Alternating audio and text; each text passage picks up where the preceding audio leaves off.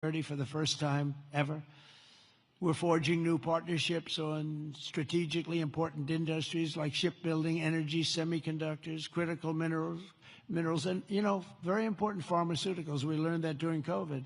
We had to rely on other countries to give us pharmaceuticals. You can't do that. You have to, certain industries you want to have there. You want to have your medicines made ideally in your own country. Many of our agreements also include deepening collaboration of industries of the future, such as nuclear, quantum, artificial intelligence, where America is number one by a lot. Actually, we're really number one by a lot. We're number one in military consequence. We're number one in military, in the quality of the weapons.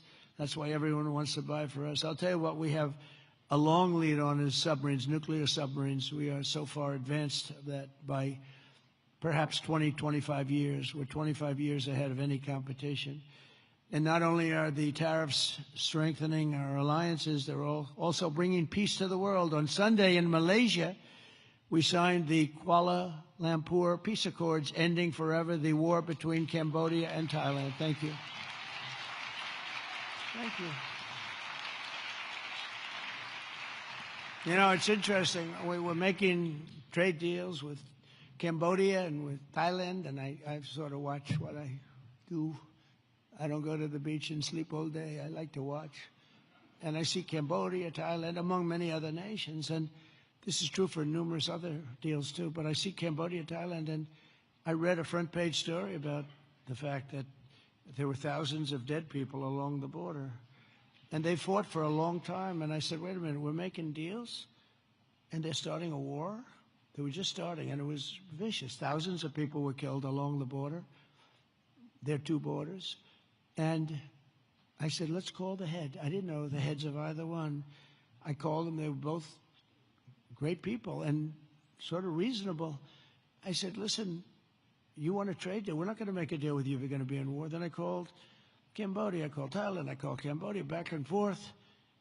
And after about 2 days, we ended up with the help of Malaysia. Malaysia was like a mediator, and we used a beautiful facility in Malaysia because it was too hot. And I don't mean hot weather-wise. I mean it was hot. It was too hot with bullets flying all over the place. And Malaysia was fantastic, and they helped implement it. The Prime Minister was great guy, just left him. And within 2 days, we signed a deal. And the two people came in, they were like best friends.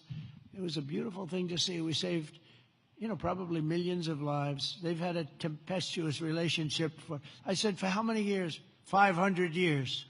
They said, that's a long time.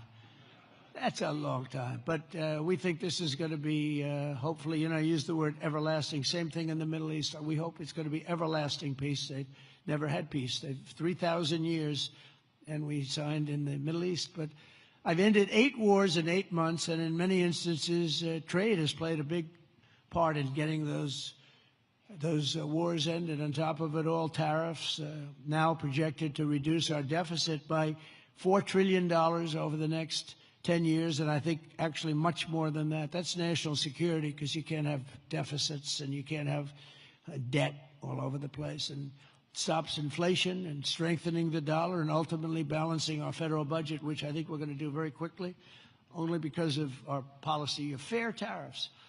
And for any company that does not wish to pay the tariff, I say, you could build your factory in America. If you build your factory in America, there is zero tariffs. But, again, going back to the wars, it's so important.